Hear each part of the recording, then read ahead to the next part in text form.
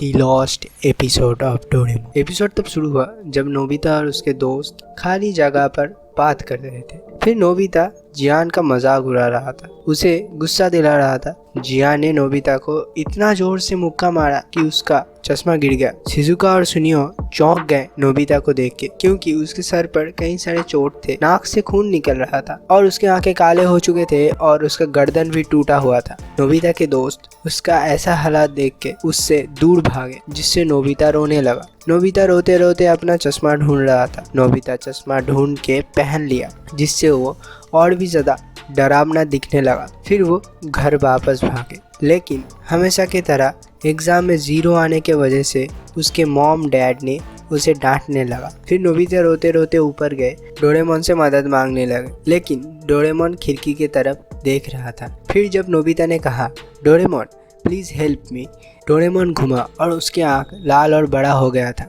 उसका चेहरा बहुत ही डरावना दिख रहा था। डोरेमोन ने नोबिता का घायल चेहरा देख के डर से चिल्लाए, फिर डेस्क के नीचे छुप गए और नोबिता को उससे दूर जाने के लिए कहने लगे। जब नोबिता ने डोरेमोन को छुआ तो वो चिल्लाए और भाग गए। नोबिता ने बाहर डोरेमोन का पीछा किया, लेकिन वो तब भी नोबिता से डर रहा था। फिर डोरेमोन इधर उधर भागा और उसके आंख से खून का आंसू निकल रहा था। और फिर डोरेमोन एक चट्टान पर टकरा के नदी में गिर गया। फिर डोरेमोन वापस से नॉर्मल हो गया, लेकिन उसको कुछ याद नहीं था नोबिता के बारे में। और फिर डोरेमोन पीछे घूमा, तब उसने देखा नोबिता बेहोश पड़ा हुआ है और उसके सर से खून निकल रहा है। डोरेमोन ने नोबिता को ठीक करने की बहुत कोशिश की, लेकिन उसका एक भी गैजेट काम नहीं आया। फिर डोरेमोन ने उदास होकर नोबिता को पकड़ लिया और दूर चले गए।